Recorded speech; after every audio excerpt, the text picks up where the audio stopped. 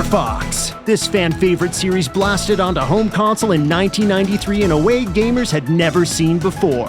The 3D polygonal space action jetting out of the Super Nintendo was revolutionary. Over the years, the Starfox franchise has wrestled with turbulence, most recently with the release of Star Fox Zero for Wii U in 2016. But fans deserve a worthy sequel to this classic franchise. Sounds like it's time for another episode of Next Game.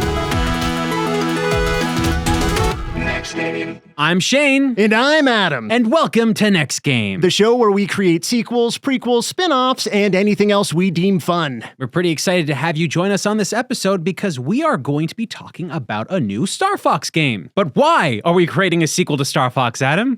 Because it's been a long time since we've had a great Star Fox game, Shane. That's correct. How exactly are we going to do this? Well, what we do, if you're new to the show, is that we are going to create two pitches. Adam will create one. Yep. I will create one. We've not heard our pitches before, and then we're going to enter into the field of battle. Yes. Because we're taking on a guest producer who's going to basically listen to these pitches and only pick one of us as the winner. They can't pick both. No, they can't. Oh, no. Yeah, we made that rule, so everybody knows.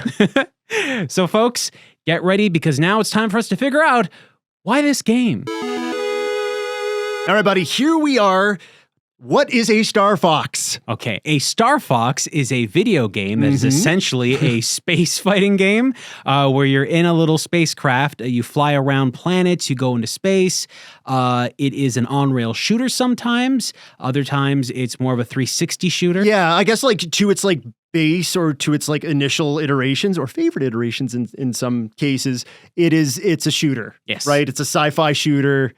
It's gone in other directions. That's kind of it, yeah. But yeah. We got a main character in here named not Star Fox. No! That's the thing. Everyone thinks it's Star Fox. It's actually Fox McCloud. That's right. Star Fox is the name of the team that he leads. They integrated in a wonderful cast of characters. Yeah. You had these beautiful polygonal graphics for the time, and even today, I think. All animals, every single one of them. The anthropomorphic animal thing hadn't been done all that much, and it was like, back in the day, I was like, man, that's a fox and a toad and a bunny. You've got Falco, you've got Peppy, you've got Slippy, and they fly together in a squadron, and they fly around like all over completing missions. Throughout your missions, you got to make sure that those guys stay alive, or at least you should. Yes. To make sure that you get a better, clear percentage. Yes. And stuff. Who is the force of evil nature? Andros. Yes. So Andros apparently was involved with the disappearance of Fox McCloud's father, James McCloud. But we don't really know much about that. It's never really like explored in the game. He's an evil monkey man scientist, I believe. Yes. And he likes to ruin Fox McCloud's day. What made Star Fox so popular in the first place? Basically what happened was Nintendo with a team called Argonaut Software, made a really cool piece of hardware called the Super FX chip, which was a chip that resided inside the cartridge, not in the Super Nintendo. Some people think it's a Super Nintendo. It's in the cartridge itself, and it basically gave a lot more performance for the Super Nintendo that it could leech from and create 3D polygonal graphics, which looked fantastic for its time. The Super FX chip was basically what made this game what it is at the very beginning. It made the game scream. Like, as soon as you went to, like, I went to a Toys R Us back in 1993 when the initial title released, and your eyes were glued to the freaking screen when you saw this thing, man. No one had anything like this on a home console back in the day. This is 1993. Yeah. This is several years before the N64 ever came out. I mean, I'm not trying, I know a lot of people that look at this now, they're like, oh, the frame rate's bad, but you had to be there, folks. You did. When you saw this thing, it was unlike anything else. And the beauty of it was that it wasn't all in the looks. Yeah. The game, despite the frame rate, like you said, terrible frame rate, I agree. Yeah. They compensated for that. The idea that they gave you so much control over your ship, even though it's a rail shooter, like a majority of the game is just on rails shooting, it still feels like epic. There's secrets, there's cool stuff you can do. This was the first Super Nintendo title, part of a batch of first Super Nintendo titles I ever got. And I do believe, like, old Adam way back in the day, this was the driving force for me to actually pick up Super Nintendo, because we just had a Genesis back in the day. I was on a trip in Cuba, and that was the first time I played it. And I can't tell you anything else about Cuba, like the beaches or anything like that. All I remember is sitting in this like little room they had set up for kids where you could just play the Super Nintendo. Yeah. And I was just like, oh, this is amazing. And I just kept playing that over and over again. That's all I really remember. A strangely cinematic experience for a game in 1993 on a 16-bit system. Like the music, the atmosphere. This game is just like shrouded when you're heading into like those gigantic armada ships in 3D, and the music starts to swell. Yeah, and it gets scary, and you're bypassing all those like walls and stuff and getting to the core. Even the opening of the game, at the very start when the game opens up, there's this wonderful sequence. And look, it's not like other video games didn't have little cinematic cutscenes before it got to the start page, or the main menu. Yeah. But this was like the first time when I saw it, it felt like a movie. It felt like Star Wars. Yeah, that's exactly what they were emulating with that initial shot too. And it works. Yes. Like, it is exciting. Freakishly well. And it works to this day, because what did we just do? Just yesterday. We kind of beat both games. We beat both games. Yeah. We beat Star Fox. We'll talk about Star Fox 2 in a little bit. Yeah. But yeah, we beat Star Fox 1 in one sitting. It only takes about like 30 minutes to do if you know what you're doing. Okay, hands in the air. I beat the regular setting, the regular route. Yeah. With Star Fox, which is the easier route. Sure. But man, a lot of fun. Yeah. It is a tentpole title, and the series has gone on, and it's had its dips and waves, and we should probably talk about the highlights and the lowlights for some of the series. There've been a lot of games. That's right.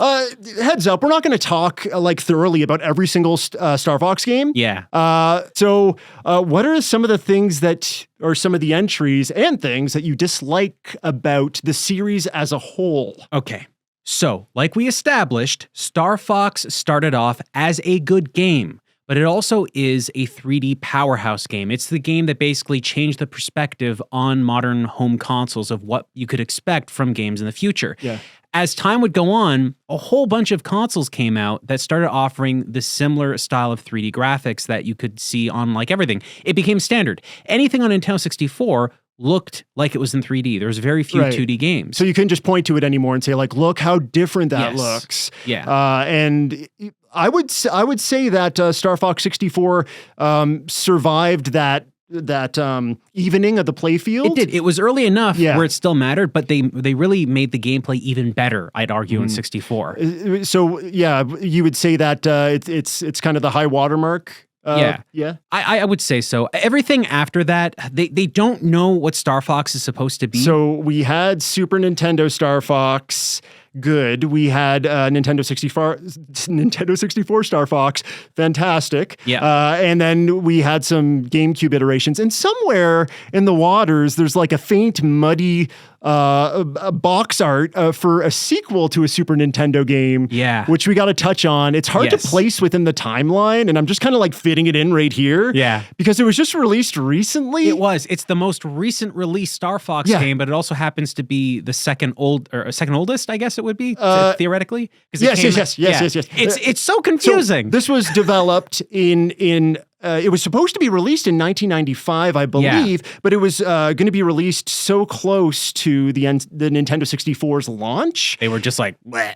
And the game was near completion. Yeah. It was practically complete. So very recently with Nintendo creating the SNES Classic, they finished up Star Fox 2, and then they put it on the console so you could actually play it. So just so everyone can understand, in the same sitting in which we played Star Fox 1 and beat it, we also played Star Fox 2 and also beat it. Yeah. No deaths either run. We were perfect plays that's all the way true. through. I didn't think about that. We did a good game. Both of us. But so what was hilarious about that is that you would expect the game to be kind of limited or maybe just like a passive entry.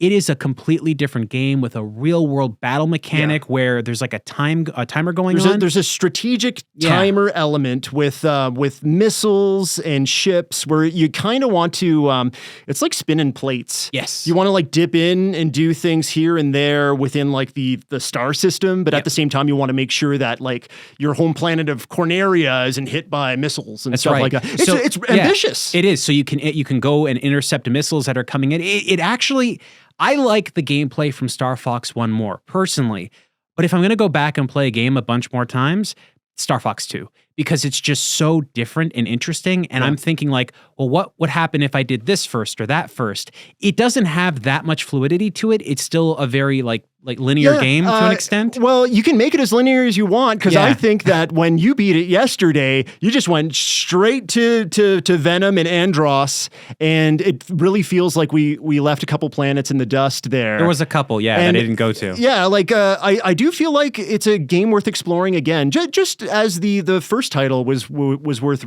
re-exploring, but it was worth re-exploring in a more linear way because you had those 3 different paths. It wasn't as like secret or branching as the Nintendo 64 version. That's true. But yeah, I enjoy Star Fox more when it is more arcadey. I do enjoy something that feels a little more linear in some ways. Okay, my pitch is going to be a little bit weird for you then. Yeah. But we had a title that did kind of scratch that itch, but was maybe the most poorly received of the titles. It was linear, but the controls were weird. This is the Wii U version of Star Fox. Yeah. I played through Star Fox Zero on the Wii U with a friend, and we played 2 players. One person controlled the gamepad, and one person controlled the R-Wing proper. And the gamepad was for shooting, I believe. It's been a few years. Yeah. But that was okay, but I'm telling you, whatever Platinum worked on this game, Platinum has done amazing things. Sure. Whatever they were thinking with this control scheme for what is traditionally a single player experience, it's awful in single player. I remember originally Nintendo was saying they were going to have a non-motion controlled aspect to it so that you could just play the game without motion controls. They lied. And I remember going to an event that Nintendo invited me to. Oh, no. And when I went there, I got to play the game and I was like, hey, how can I turn off these motion controls? And they were like, oh, you can't. Did they cross your name off a list while like staring you in the eye? No, it was sad because they themselves, I'm not trying to make fun of Nintendo in general. Everyone at the event wanted the motion controls turned off. It wasn't just me. Nintendo likes to innovate. Yeah. They do not like to stagnate. Yes. So I cannot point to any company that says we want to do something different and be like, no, do it always the same way. That's not how you can like find out new things about properties. The game comes out, it's bundled with another game, Star Fox Guard. And that's a tower defense game. I mean, at this point, I don't even know what Star Fox wants to be. Snatcher meets tower defense, my friend. Sure. It was a Nintendo tech demo that they wound up making into Slippy's own adventure with his so dad confusing. or grandpa or uncle. That's the mess of it. Yes. So why do we want to make another entry in this game? Because we want to make a true sequel to what the core ideas of Star Fox is. That's why we want to do this. Or do we? Maybe not. I don't know. I don't know what your pitch is. I think it's time that we pitch our games. I think it is. Well, folks, now it's time for us to talk about the next game. Okay, in this part of the show, we're going to be doing a pitch, which is basically a trailer, and then we're going to be doing what we call back of the box, which is like when you would go and pick up a video game box and look at the back.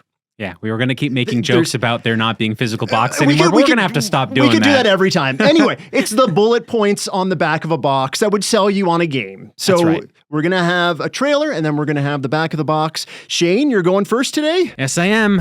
We open to a starfield with a dark, angular shape enrobed in shadow in the center of our view. The shape begins to slowly rotate. Catching the light of a nearby sun, its silver and metallic components shine and reflect, revealing an R-Wing with a familiar red logo on its hull, the Starfox team logo. We cut into the cabin of the ship with the pilot's face cast in shadow. The cabin's communications radio flickers on and begins to ring. The pilot doesn't rush to answer it, instead staying perfectly still. The ring continues a few more times. The pilot sighs and reaches out to flip a switch, activating the call. O'Donnell, do you read me? Loud and clear. We've almost arrived at Venom. Where are you? Already here. The camera pulls back, revealing the R-Wing is laying in wait just outside of a green planet. A flash of light illuminates the darkness of space as the Great Fox, the Starfox team space aircraft carrier, warps in. Within seconds, 3 R-Wings fly out of the Great Fox and lock into formation around O'Donnell's ship. The voice over the radio calls out, We have no idea what's waiting for us down there. Andros is a madman, and if he's still alive, there's no telling what he's been up to all this time. The camera pulls out and moves to one of the neighboring ships to reveal pilot Peppy Hare. Stick together! Tight formation! Don't go wandering! We should all be back on deck fast!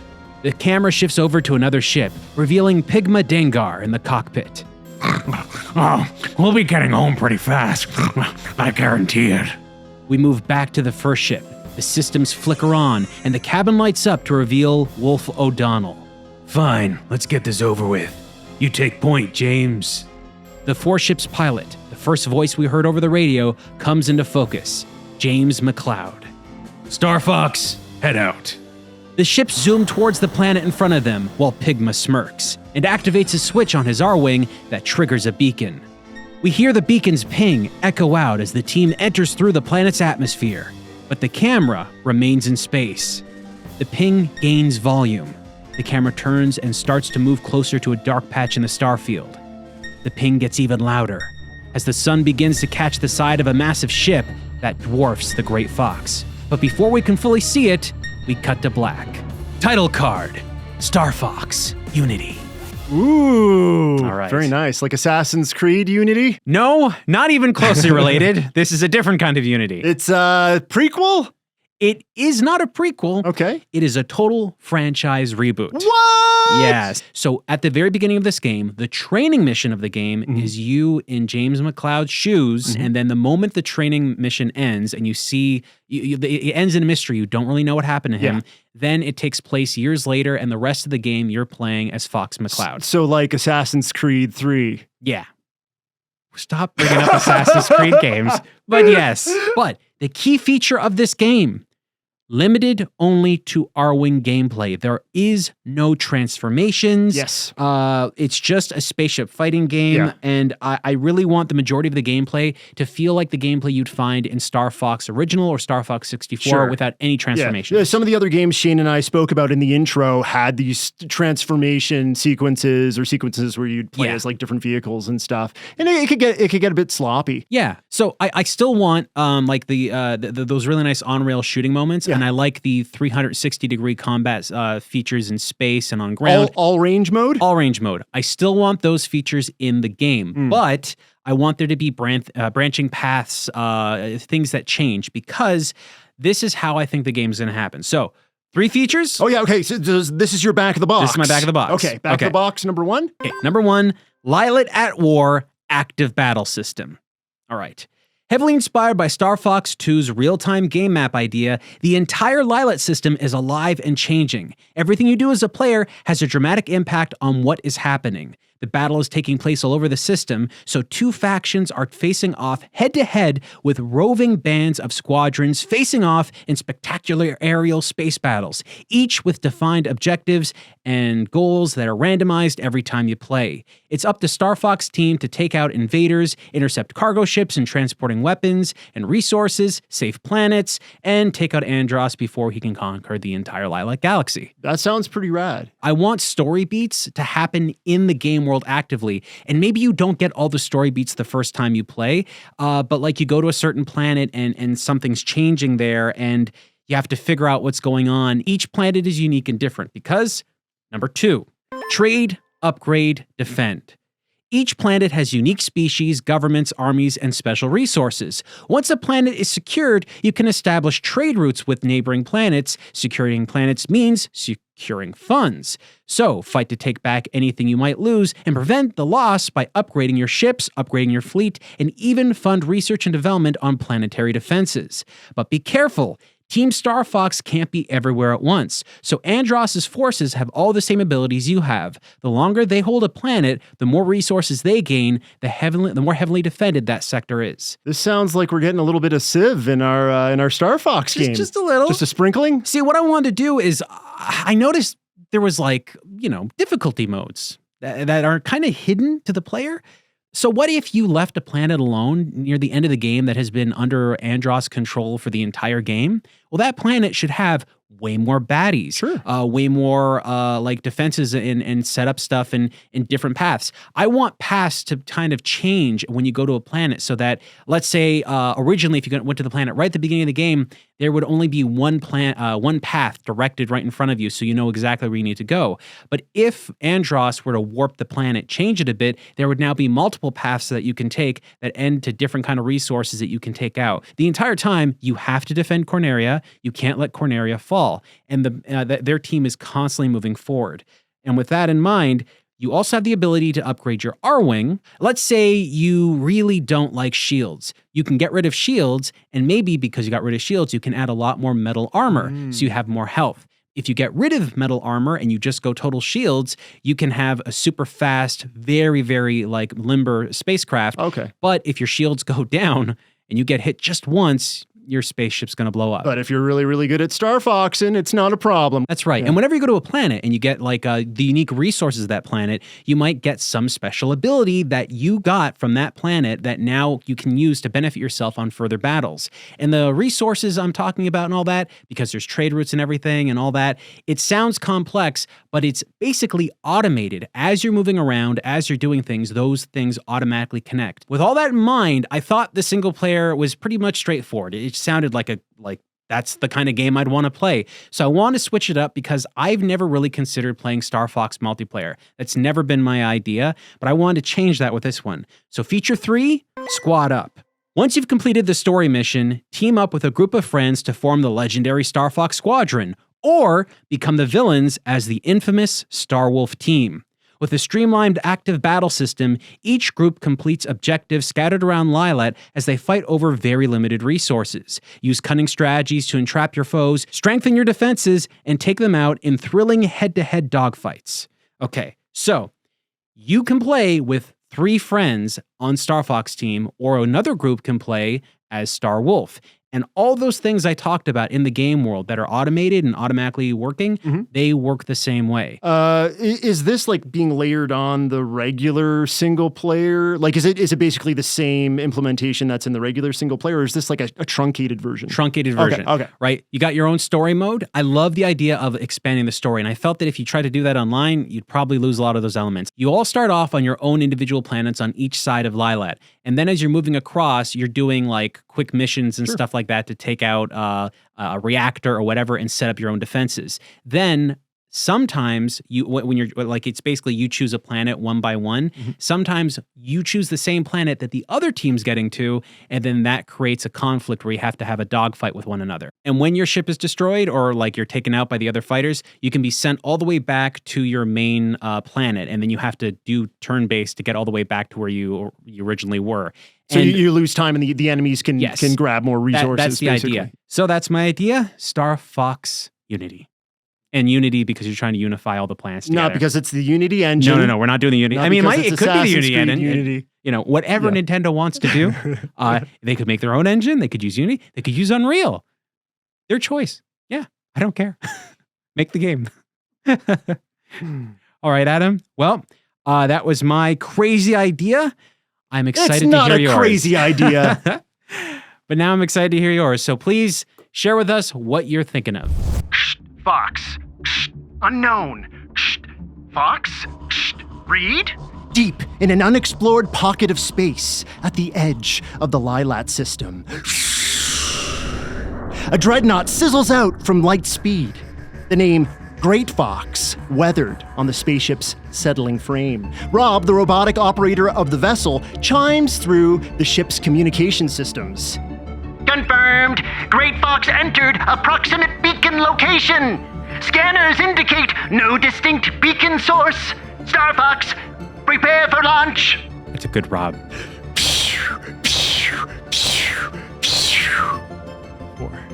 4 sleek R-Wing spacecraft bullet out from Great Fox's underbelly. Fox. Unknown. Fox? Reed? That same crunchy message cycles over and over, pulsing amongst the team of R-Wings as the ships glide in formation through space. On cue, the 4 small ships disperse in clean synchronicity. They fan out and comb the freckled darkness, searching for whatever's responsible for the distress beacon that won't stop peppering their emergency systems. But nothing. Emptiness. Not a sprig of space junk. Oh no. I know. Inside a worn R-Wing cockpit, exploration tools cycle. All the while, the same crunchy message plays on repeat. Fox. Unknown. Fox. Read? Rob's robotic voice pops out of the comms system. Scanners indicate no distinct beacons. Hold. Starfox. Wait. Scanners indicate. The message breaks. The cockpit rumbles and stutters with building intensity. Outside the craft, infinite speckled stars noiselessly multiply and stretch into searing, horizontal endlessness. The ship stretches and lunges like limitless copies of the spacecraft are ripped away. Pew, pew, pew, pew. Bam! R-Wing is slammed into darkness. Inside, the pilot wrestles forward, perfectly toggling his ship back to life. Screams awaken. The pilot shakes his head and slams a panel. This is Fox McCloud. Current location unknown. Team Starfox, do you read? The pilot fidgets and reworks the panel, but stops. Suddenly, a scarlet filter crawls through the R-Wing's visor, a red blanket that chokes all but one sentence from Fox McCloud's trembling mouth. What have they done to Corneria? Starfox! Out of the Omniverse. Neat. Okay, so There's some things going on, buddy. I should say this is more of a sequel than anything else. Starfox Out of the Omniverse. Fox McCloud is stranded in an ever-changing yet familiar star system. Ever-changing yet familiar. What's that about? Make use of all your skills. Build the ultimate combat R-Wing. You're gonna need it. Ask me why. I want to know why. Why? Because this is the most unforgiving Starfox adventure ever. Period. Exclamation mark. Way more unforgiving than Star Fox Zero? That's unforgiving in another way. It's I will never forgive Nintendo for letting anyway. Okay. The Starfox team is scattered amongst the enemy. Can you find them? Can you figure out why Fox McCloud has a sense of deja vu? Remember, he said, "Oh, Corneria, that's his home planet," as we've established in this podcast. Yes. But there was a red tint coming through the R-Wing. Corneria is typically a blue planet. So what's going on there? Back of the box, number 1. Vaporize to customize. Build your R-Wing, build up your crew, build your journey. So when you go through the different planets and asteroid belts and mechanized oddities, you're going to have enemies and obstacles. And when you destroy some, they're going to leave behind a lingering energy. And depending on the energy, this will power up or augment your shields, your blasters, your lock-on abilities, and your bombs. Okay? So we're already starting to build things up. This is just very subtle, though. So, just your basic stuff. The next way that you're augmenting your fighter is when sub-bosses are destroyed. So when sub-bosses are destroyed, you'll get to choose between schematics. So for example, you could have heat-seeking phaser attacks, or elemental abilities, or shields that deflect shots, shields that absorb shots. And then there's one more way that you can augment your fighter. This is when defeating epic boss, or winning epic boss battles. Every time you find a Starfox buddy after you defeat a boss, you're going to, you'll notice that their spaceship is not working. Oh my gosh, their G diffuser's blown, Shane. So, technical term. Fox, yeah, every R-Wing has a G diffuser. I may be wrong on that, but anyway. So what's going to happen is Fox McCloud is going to have to couple his ship to other ships. So you're getting these different R-Wings from all the different bosses that you're fighting throughout the Omniverse on this run. And as you do that, you're creating a formation. So not only are you customizing your shots and your shields, making them more powerful and augmenting them in fun elemental ways and in ways that are really cool, but you're also gathering together your team and working together as a team because your schematics go to everyone. and you're creating this sort of deadly flying V that you can augment. Back of the box, point number 2, enter subspace shmup sections. Some people hate the term shmup. Yeah. So just bear with, because it comes out of the mouth better, I guess, than horizontal spaceship shooter, whatever. Sure, anyway, these are going to be hard to find, tucked away secrets within the different levels and like asteroid belts and things throughout the game. So you're going to find these subspace shmup sections, and as soon as you go into them, the camera seamlessly is going to go to the side of the R-wing. It'll be vertical or a horizontal shooting section. So in these, you're like, okay. No, I get it. So in these sections, this is going to be risk versus reward gameplay. Okay, you can stay in the subspace shmup sections as long as you want, but the longer you stay in them, the more difficult it's going to get, to the point where it could become what is known as a bullet hell shooter. And if you don't know what that is, that's one of the games we described earlier, but there's bullets everywhere, and it kind of feels like you can't almost like really win. a rhythm game or something. You can win, but you have to be pixel perfect. Anyway, so I want to make a system so that as you're flying your R-wing through these awesome secret locations, you're grabbing augmentations for your R-wing. There will be an endpoint to these secret locations, some sort of a boss, but it's going to be so crazy hard at that point to get through. But then you'll get more powerful augmentations, more like something that you get from the sub-boss, like I described earlier. And if you don't like it at any time... You just want it to be difficult. You want it to be the point that nobody can actually play this game. If the pool's too hot, you can leave the pool. Okay? Okay. All right. So number 3, goodbye, Fox McCloud. Hello, Fox McCloud? Every death creates a different ride. Permadeath. This is a roguelike. You're going to roguelike Starfox. Well, a whole bunch of people just turned in and a whole bunch of people just turned off. So yeah, okay. This game is balanced to get more difficult the further you get in. So to make you, like, as you're going through, you're becoming more of a target, you're becoming larger, you're becoming more powerful, the game's becoming more harder, you get a slew of, you get a slew of awesome power-ups, but if your R-wing's destroyed, that's the end of your run. We're in the Omniverse. When that Fox McCloud dies, it's over. Okay. Next Fox McCloud. We're going to another one in the Omniverse. Planets look different. Enemy types are augmented. Randomization. Yeah. Randomization, but they're established planets, established enemies with minor randomization. That's one of my big gripes with some roguelike titles, where things feel so randomized that they don't even feel like they connect properly. Yeah. So we're going to give the minor randomization tweak. I'm actually very excited about this. I want to see this made. So the whole so we really got to get Nintendo on board on this one. The whole sort of crux of this is that Andros was doing an experiment to just to see if he could conquer other universes, because he's fed up with this one. Oh, I mean, Fox, he never wins. Fox is he's messed things up every time, and then this experiment just so happens to have happened at the right time within the Lilat system for Fox to get stuck within a forever cycle. That message in the beginning, that was Fox messaging his friends. That's the beacon that brought them there in the first place. It was Fox all along. And that's like the original Fox that did the message, or it's the same Fox of the Fox that If you think about it too hard, you start to bleed from the nose.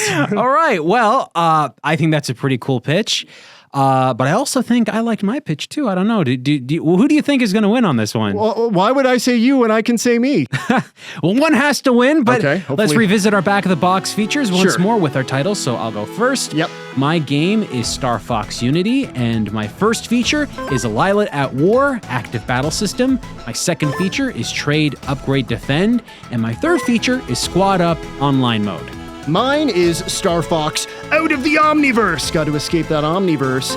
My back of the box, number 1, vaporize to customize, build your R-Wing, build your crew, build your journey. Number 2, enter subspace shmup sections. And number 3, goodbye Fox McCloud. Hello Fox McCloud. Every death creates a different ride. So it's with those ideas that we take them to our next section and visit with our guest producer, who's going to decide which one of us wins. All right. Well, it's been some time. Some time has passed, but you can probably tell. Our projects have been sent out. A guest producer has sent something back. Yes. We haven't seen it yet. Shane, who's the guest producer for today? Well, today's guest producer is known online for finding unseen things in video games and going behind 3D models that you typically don't get to see behind. In a show called Boundary Break, that's right, we have special guest producer, She Says. I'm excited because She Says loves Starfox, knows a lot about the series, and honestly, when it comes to 3D games, they know how 3D games work and how they should function, and it's pretty worrying for both of us because he's probably going to be very critical. It's a little terrifying, but let's have a look. That's right. All right, She Says what you says. Shane, Adam, thanks for having me on the show, guys. I really appreciate it. I think this is a really fun concept, and Starfox, of all franchises, one that is infinitely full of potential that I feel like is never quite realized. So to have me on this one is truly special. Thank you. And I just saw your pitch, Shane, and I thought it was really good. I loved the multiplayer aspect of your pitch. I love the idea of doing co-op with friends and having our own squad and having a counter squad. So the idea of being Falco Lombardi or a dedicated Wolf O'Donnell and only playing with my exclusive ring of friends as we tackle all the planets, that's something that you can keep coming back to, while also maintaining the core gameplay of Starfox and the dogfights that have been in the series up to that point. So I feel like there's a sense of preservation while there's also a sense of expansion, and I love it. It sounds like the most interesting Starfox multiplayer concept I've ever heard. So big kudos for that. The story sounds really grounded and in sort of the realm of Starfox without going too far. I do feel like games like Star Fox Assault got a little bit cringy, and I feel like what you pitched there sounded just fine. I don't like the idea of doing a full-on reboot again, and the only reason I would say that is because, look, if I'm going to be picking up this game and selling it to people, I know that one of the largest complaints that people had about Star Fox Zero was that it was another reboot of the franchise. Personally, I don't mind, so I don't strike it too hard for that, but if I was trying to sell the product, that's like a tough sell. I would just try to expand off of the Star Fox Zero reboot itself as it tries to kind of go back to the Star Fox 64 mythos and just try all over again, which I think fans will probably take to if they just saw a sequel off of that. But all in all, I thought that the story pitch was fine, and the single player sounds okay. I don't like the idea of it only being R-Wings. I get the idea behind it. You want to keep it as safe as humanly possible because it can go really, really wrong when you get Star Fox out of that cockpit. But things like the Landmaster are things where it's been a proven concept that it can work within the series. And I think that so long as you keep the gameplay frenetic and fun, it should work okay. And also maybe just kind of keep it in the ideas of an on-rails type gameplay segment. That should make the fans pretty happy, while also mixing up just a little. All right, I heard a lot of positive things. I heard a lot of positive things, and it really sounds like he's leaning into your idea. But I heard some negativity too.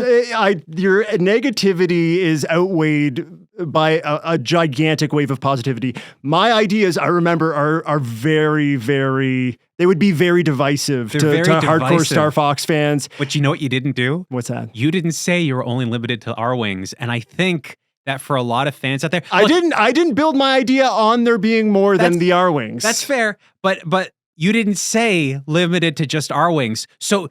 There's still a philosophy out there that you could have it in your game. I'm not feeling good about this, buddy. I think if he liked a lot of my stuff, he's probably gonna have positive things to say about you. Just one thing, at least one thing. But I'm feeling a little bit positive right now. A little bit. Let's see what happens. Let's see how it goes. All right, and I just listened to Adam's pitch for Omniverse.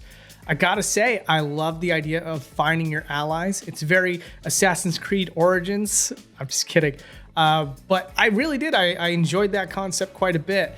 I always felt that, there is sort of potential in doing more with the side characters than we've seen in the past. And with this pitch, I feel like this is a really strong new direction that fans will probably really enjoy. I think I would really enjoy that. The shmup idea, well, I'll tell you, with Shane, he played it a little bit safe with the core gameplay. And on the opposite end of things, it looks like you're going in a much stronger, different direction. And I think that can go one of two ways. I think that either it will be well loved by the fan base if it's done really well, or it might just be disregarded by the fan base because we wait so long for these Starfox games. It would be a shame for the gameplay to be radically different from the entries that we love the most dearly. So all in all, really strong pitch. I really liked it. Way to go. Now I'm freaked out. I have no idea. Because I have no idea. He spoke about your pitch more. Yeah, but it was mostly negative things. It wasn't mostly negative. No, he said the good things, but then he was like, now here's a lot of negative stuff. I think he's a traditionalist. He didn't give you a lot of negative. He was he was just talking about. If he was a traditionalist, he wouldn't want those tank sections. Yeah, but he gave you that shmup and like, yeah, you're being like brave with trying new things and doing stuff. It's like, and I'm like, was I not pushing it out there enough? I'm now really nervous. We're at the whims of this very intelligent producer that is clearly going to select your game. I don't know. This can go either way. This is really up in the air. Let's see how this goes. Let's see where it goes. She says, who do you pick as the winner?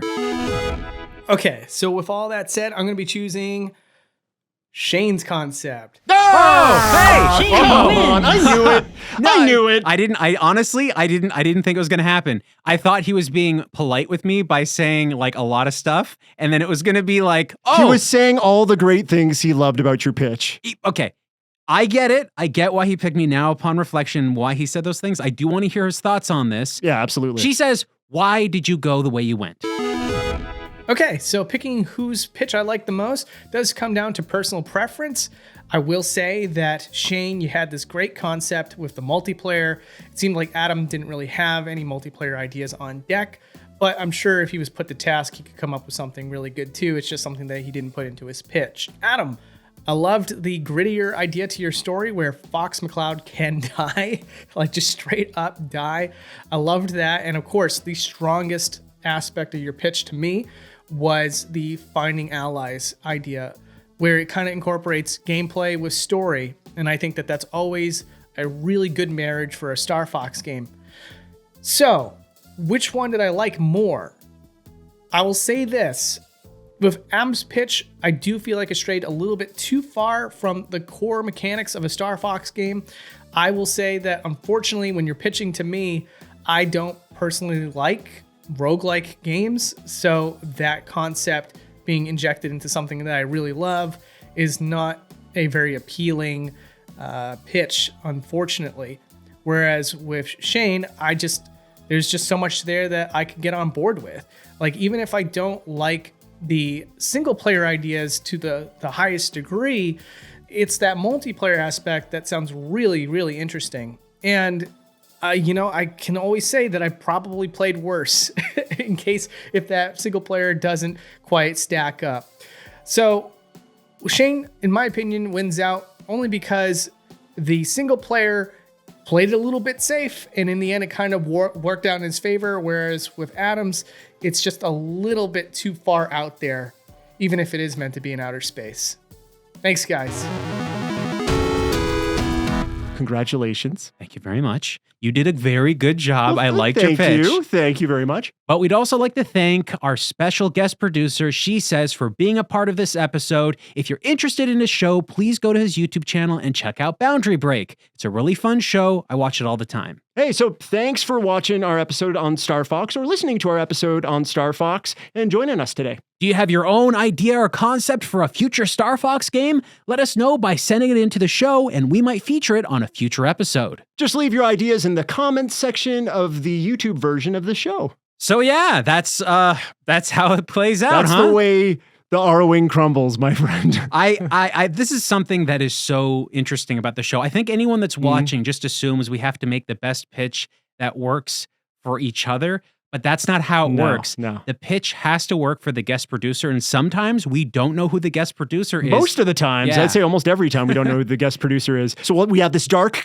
cloud hanging over our heads of unknowledge, and we're pitching out into the ether, and then someone comes in and is like, no. just You know destroys the idea. third point, the point you wanted to end on because you thought it was so good? Yeah. I don't like that style. Right? It can completely destroy a Yeah. concept, so it becomes completely irrelevant to the guest producer. Thanks, Shane. Everywhere in the future we do these things, Yeah, it's yeah. always going to be I a love concern. it though. I Yeah. love it. It's just this chaotic thing that's will always hang over our heads. But until then, we'll catch you all next game. Next game.